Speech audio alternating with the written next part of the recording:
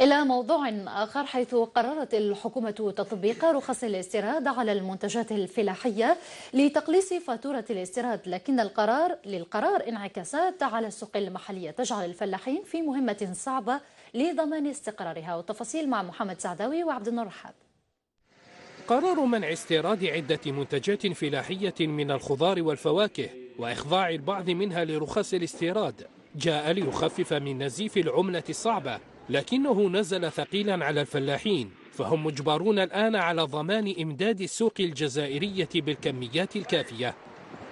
المنتجين رافعين الان تحدي عندما استبشروا خير بكل الاجراءات اللي اتخذتها الحكومه بالنسبه لمنع استيراد مثلا ماده التفاح ولا مواد اخرى كالحمضيات وكذا، ولكن هذا اللي يخلينا احنا كمنتجين كفلاحين نرفع التحدي اللي باش ننتج اكثر وننتج ونغرس اكثر، حتى الغرس اللي الناس تشجع باش تبلونتي، وهذا راح يخلي تكون ان شاء الله وفره. حتى وإن جاد الفلاحون بإنتاج وافر، فتحقيق الأهداف من هكذا قرارات تبقى رهينة غياب دراسة واضحة للسوق الجزائرية تبين حجم الإنتاج وكيفية تسويقه. المشكل الكبير هو ضبط السوق. الإنتاج يكون كاين، أنا قلت لك يعني في 10 أو 15 سنة الأخيرة من المفروض أن كل الحقول يعني وكل الأشجار التي غرست راهي دخلت في الإنتاج، من المفروض أن يكون عندنا اكتفاء يعني في هذا المواد، ولكن هو ضبط السوق اولا وقبل كل شيء لازم ضبط السوق، ثانيا لازم اتاحه يعني لمعرفه يعني الاحصائيات. بين تحقيق اكتفاء ذاتي من المنتجات الفلاحيه وكبح فاتوره الاستيراد توجد اراضي جزائريه خصبه، فهل ستستغل لتحقيق المراد؟ وهو ملف نقاشنا في هذه الساعة، حيث سنتطرق إلى المعايير التي تعتمدها الحكومة لضبط عملية استيراد المواد الغذائية، وهل سيرفع الفلاح الجزائري تحدي ليضمن استقرار السوق المحلية. مع ضيفي في الاستوديو سيدة عيسى منصور المختص في الفلاحة والمستشار في التصدير. أهلا بكم. صباح الخير. صباحكم سعيدة. ومعنا أيضا عبر الهاتف السيد إسماعيل للماس رئيس الجمعية الوطنية لمستشاري التصدير ACE. أهلا بكم. صباح الخير، اهلا وسهلا. صباحكم سعيدة. إذا أبدأ النقاش مع ضيفي في الاستوديو أستاذ عيسى منصور للحديث ربما عن هذه القرارات وعن المعايير التي تعتمدها الحكومة الجزائرية لضبط مجال الاستيراد خاصة المواد الغذائية. في يعني السؤال المطروح اليوم، ما هي المعايير التي تعتمدها؟ بسم الله الرحمن الرحيم.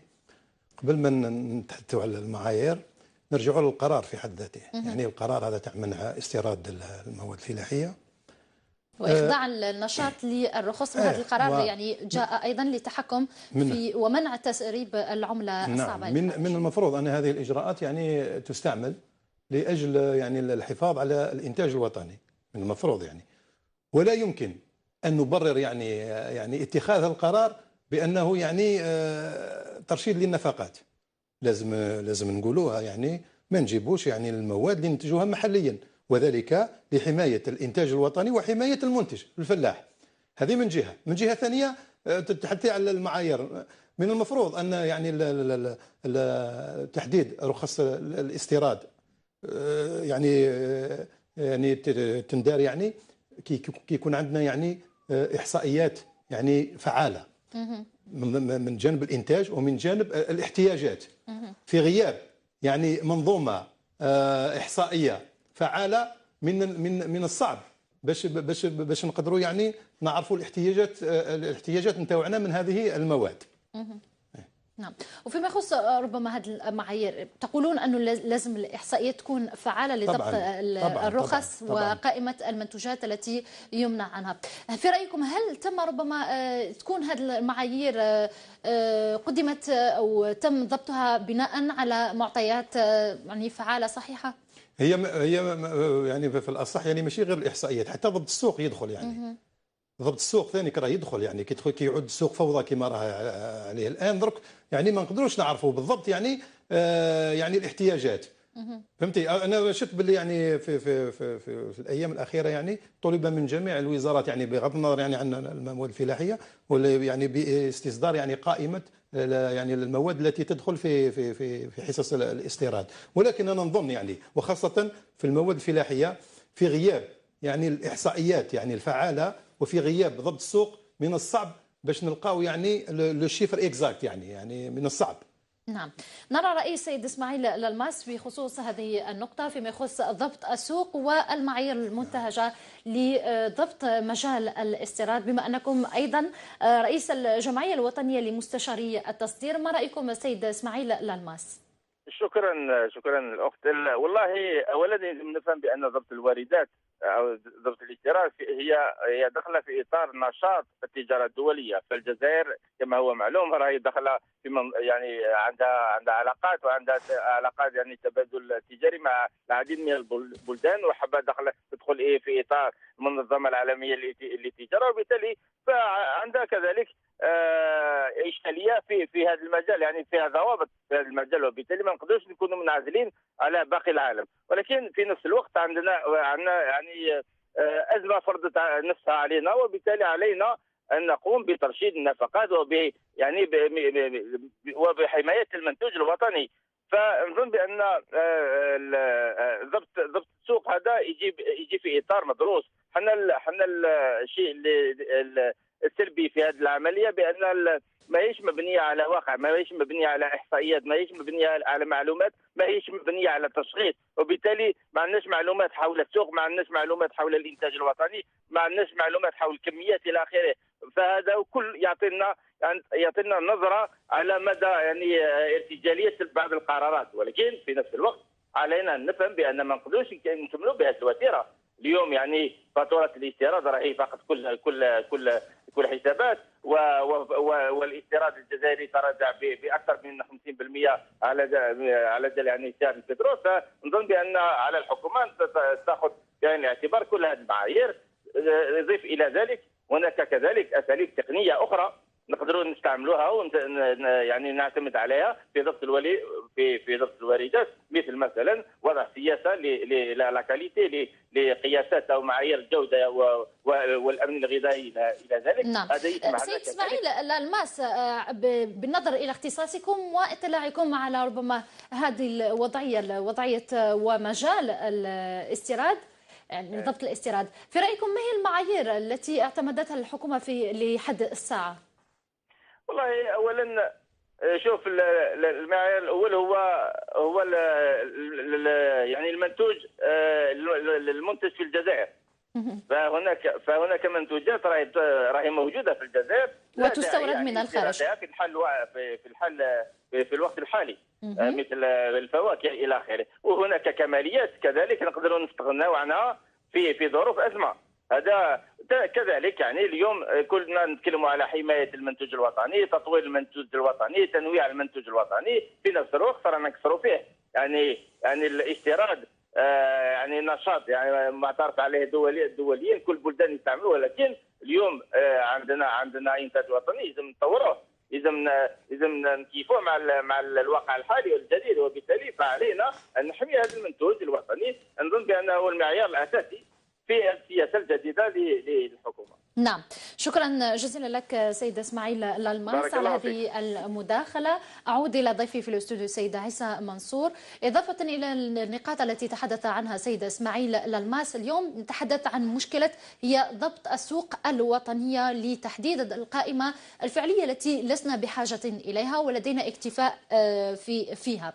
في هذه الحاله ما هي المعايير التي يمكن على اساسها ضبط السوق الوطنيه؟ شوفي، إضافة برك لواش قالوا يعني صديقي اسماعيل الماس فيما يخص يعني تحديد حصص الاستيراد ومنع كذلك بعض الآخر.